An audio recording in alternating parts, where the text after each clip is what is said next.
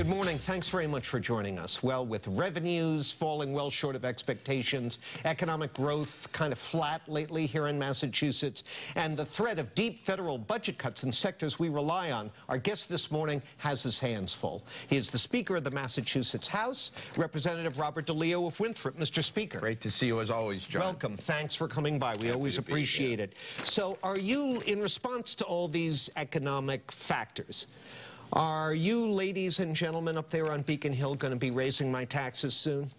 As far as I am concerned, as was so set forth in the House budget, as you know, I am not a major proponent of raising taxes.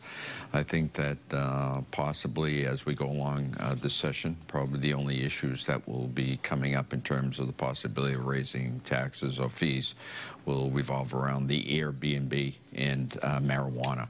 In terms of any broad-based tax increases, I am opposed to that, and so it would be my position as we go into conference committee, whenever that may be for the budget, that no new broad-based taxes be included.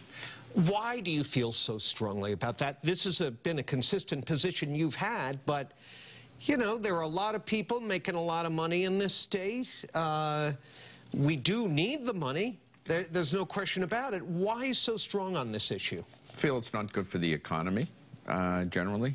And I also feel that in my discussions, most importantly, whether it be constituents, as I travel around the state, talk to various people, especially those in the middle class and whatnot, you know, quite frankly, I don't think this is a help to them in terms of their trying to make it here in Massachusetts and to raise a family. You know, I'm always interested in talking to you about our economy because you do travel the state, you talk to a wide range of business people, regular folks, so on and so forth. The unemployment rate, we just learned today, Friday, as we were taping this interview, is up a full point now over last November. What is going on with our local economy? Yeah, and I saw the statistic, and before I saw that statistics, I would have told you that things were going pretty well in the economy, and they still are. When you take a look what's going on here in Massachusetts, when you look at our bond rating, when you look at the way we're viewed by the bond rating agencies, when you compare us to other states, and generally when you do compare our unemployment, that things are going well. The major issue that we're having is just an intake of our, you know, the tax revenues just are not coming in at the pace that we would have expected. But isn't that an indicator, sir, of economic weakness of some kind? Well, fragility, I think, is probably even a you know, a better word, and that's why when I speak about what's the best way to run the state in terms of our fiscal responsibility, I think we have to be more on the conservative, cautious side, shall we say. Is it, we have to break, but is it a fragility of confidence? I mean, consumer spending has been down. Nationally, the gross domestic product was flat in the last quarter. Is that what it is, just a psychological fragility? I don't know. That's a great question, because if you take a look at some of the reports which have come out of some of the business organizations in the state, it shows that business confidence is good here in Massachusetts. So, you know, I wish I honestly could give you a better answer, but in terms of what's happening and what the background would show, it seems to be two separate things. So proceed with caution. That's your mantra. That's my mantra. All right. We'll continue our conversation with the Speaker of the House, Robert DeLeo, in just a moment. So please stay with us.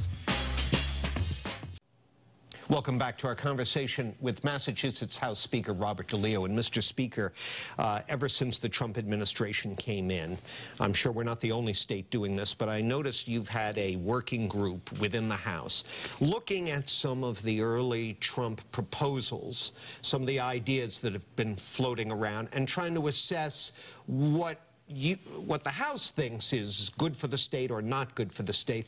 I understand some initial results are coming out of this group. Give us a little scoop here. What are you hearing?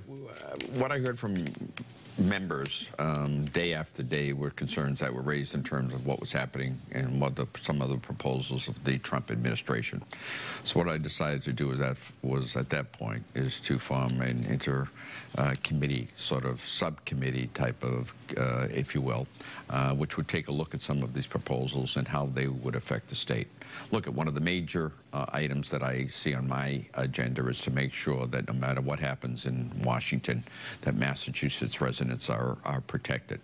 As a result of that, a couple of pieces of legislation which should be coming out soon and may be debated as early as this week, as a matter of fact, have to do with the proposals in terms of using of prisoners for federal projects.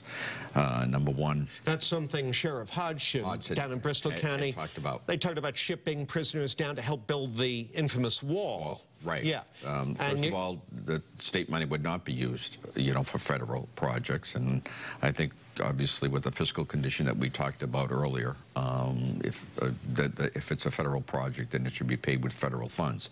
And secondly, relative to the shipping of inmates out of state, as far as I know, in terms of my memory, I can never remember prisoners being sent out of state to deal with any federal projects of any sort. As a matter of fact, I think most of the prisoners' work revolves around items within that particular county where they are. You may see them cleaning of the roads or beaches or forests or, whatever it may be.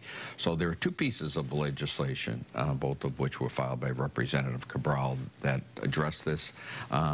Hearings have been held before the Judiciary Committee, and Judiciary Committee, I think very soon will be reporting those bills out for our debate this week. You would ban the use of state funds for federal projects, right, without exception or subject to review? As of right now, it's without exception. Okay, and you would put the kibosh on using prisoner labor, right, to help build the wall. Right. And what I think, again, what I like about this proposal, or especially in terms of this committee, it gives us the opportunity to review so many of the items that are coming out of Washington and decide again which of those particular projects are especially important to the Commonwealth and what we can do to protect the taxpayers of the Commonwealth and the citizens of the Commonwealth. Boy, I'd like to get into this a lot more deeply. Well, actually, we probably will be in the months ahead. There may be others, I'm sure. Well, we're just about out of time here. I'm going to squeeze in one last real quick question. I just have time for a quick response here. Are you prepared to commit to supporting the Democratic nominee for governor next year?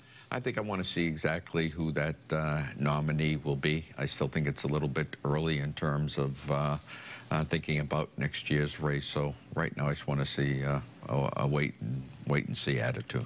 I'll be pestering you on it. Okay, I'm sure you will. Look forward to it. Take care. Thanks very much. Nice to see you. House Speaker Robert DeLeo joining us. And that's it for our time. Right now I'm going to send it back over to my colleagues for more WBZ News.